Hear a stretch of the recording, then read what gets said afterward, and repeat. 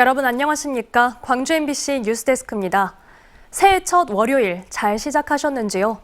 대선과 지방선거가 치러졌던 작년과는 달리 올해는 모처럼 전국 단위 선거가 없는 해입니다.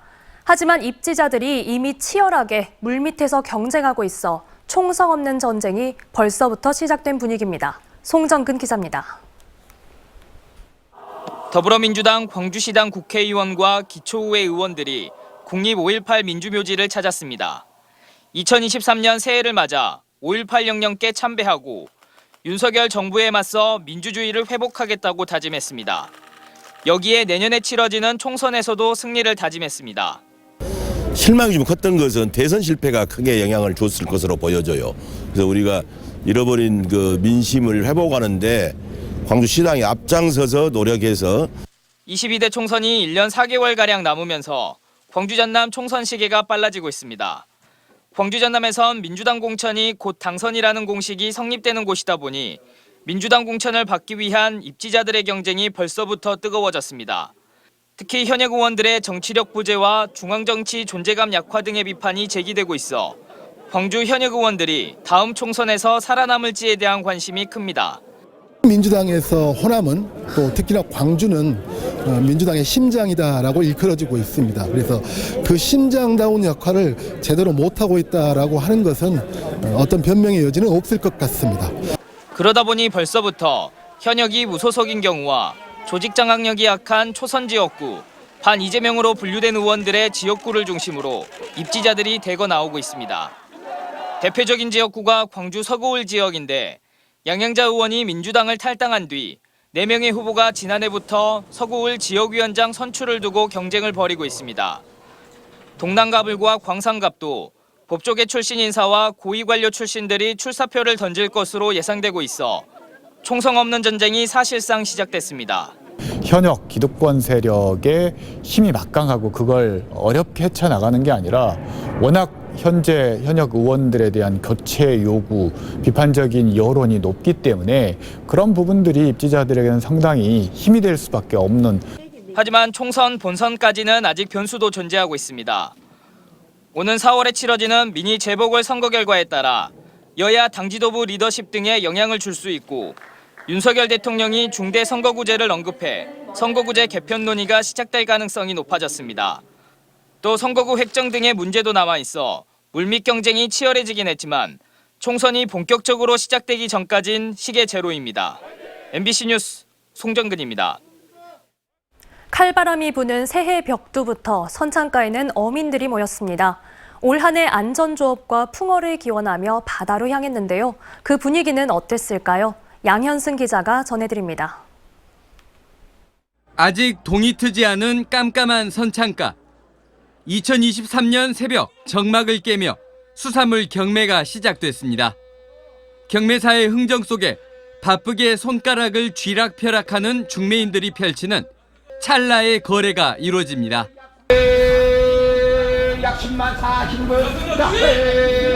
예년만큼 신통치 않은 조기 갈치잡이에 치솟는 기름값, 소비 부진까지 겹치며 선창의 분위기는 흥이 나지 않습니다.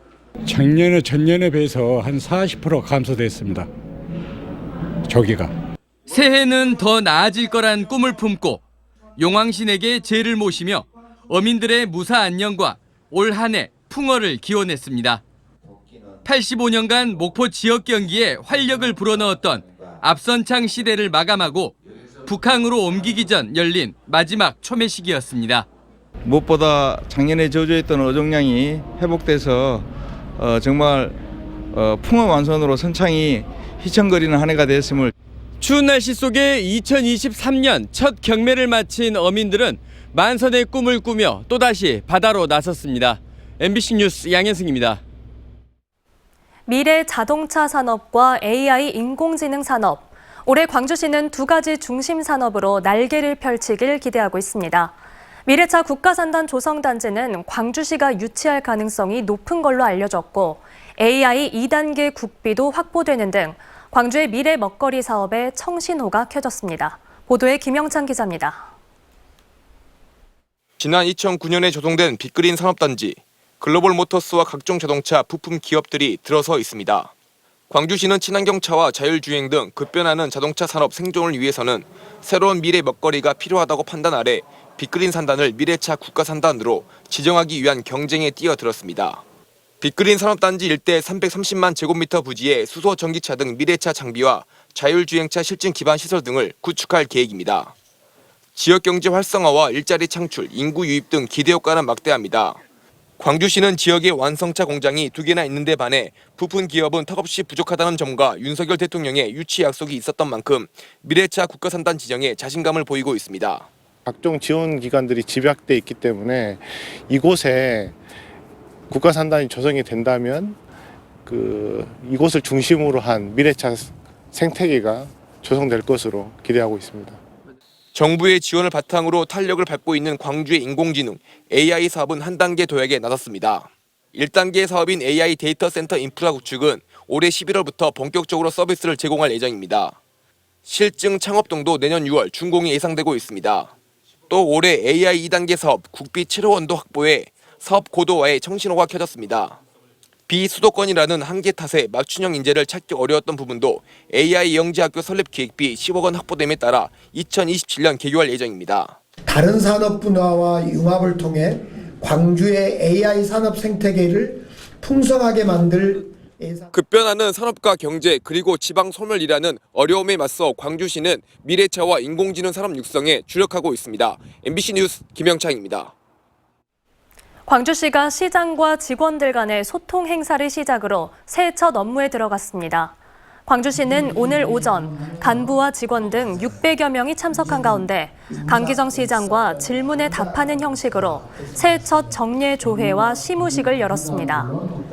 한편 강 시장과 이정선 광주시 교육감 등 각급 기관과 단체들은 국립 5.18 민주묘지를 찾아 참배했습니다.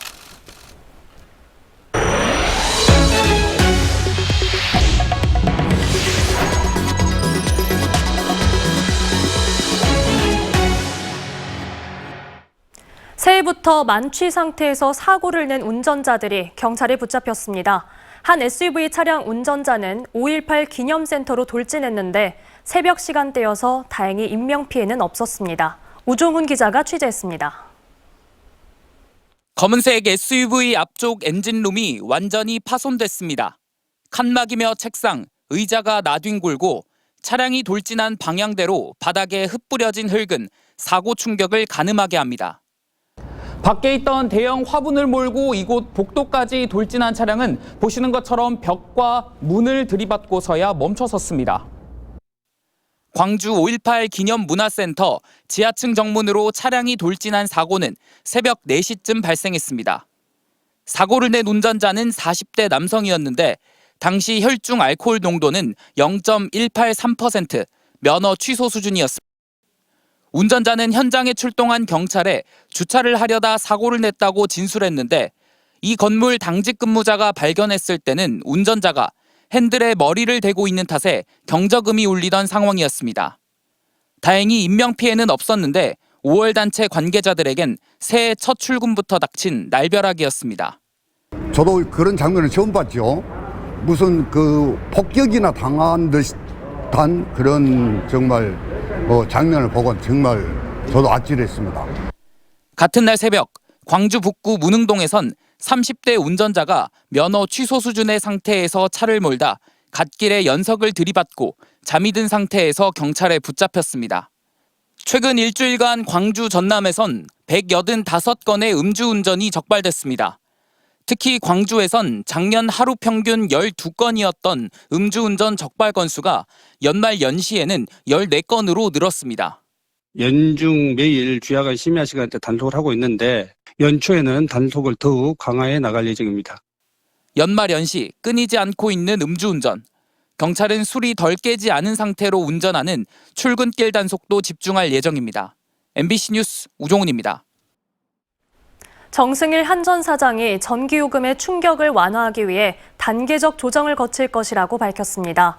정 사장은 신년사에서 지난해 국제 에너지 가격 폭등이 한전의 재무 위기로 이어졌다며 오는 2024년 흑자 전환을 목표로 혁신과 재무 건전화 계획을 차질 없이 수행하겠다고 밝혔습니다.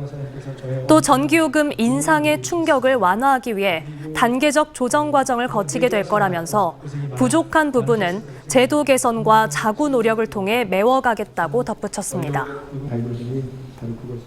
광주지법 장흥지원은 전현직 이장들에게 선물을 돌리고 정치 자금을 받은 혐의로 기소된 이승옥 전 강진군수에게 징역 1년 6개월의 집행을 3년 유예하고 3천만 원 추징을 선고했습니다.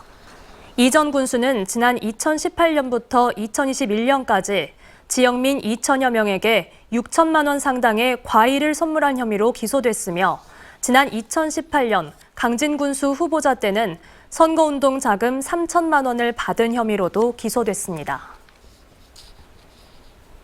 광주시가 오는 3일부터 사흘 동안 민관 합동으로 터널형 방음시설 등 방음터널 10곳을 대상으로 긴급 안전관리 실태를 점검한다고 밝혔습니다. 광주시에 따르면 중점 점검 사항은 방음벽 손상과 결빙 유지 관리 상태, 소화 장비 설치 적정성 등입니다. 노인과 장애인 등의 돌봄 사각지대 해소를 위한 전담부서 시설 확충 등의 광주형 통합 돌봄 서비스가 올해부터 시행됩니다.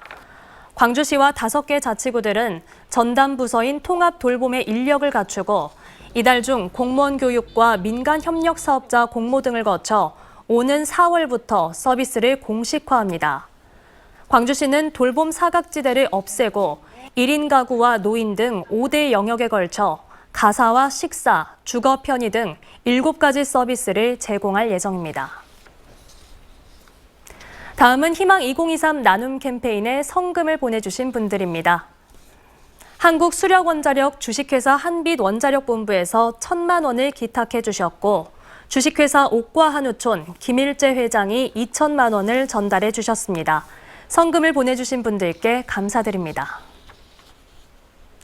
광주은행 고병일 행장이 취임식을 갖고 본격적인 업무를 시작했습니다.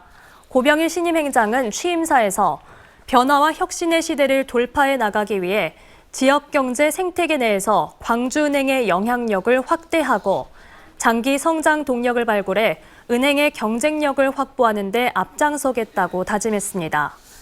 고병일 광주은행장은 1991년 광주은행에 입행한 뒤 종합기획부장과 부행장 등을 지냈고 지난 연말 제14대 광주은행장으로 선임됐습니다. 전라남도는 귀어 귀촌인의 안정적 어촌 정착 지원을 위해 올해 귀어 창업과 주택 구입 융자 지원 사업을 추진합니다.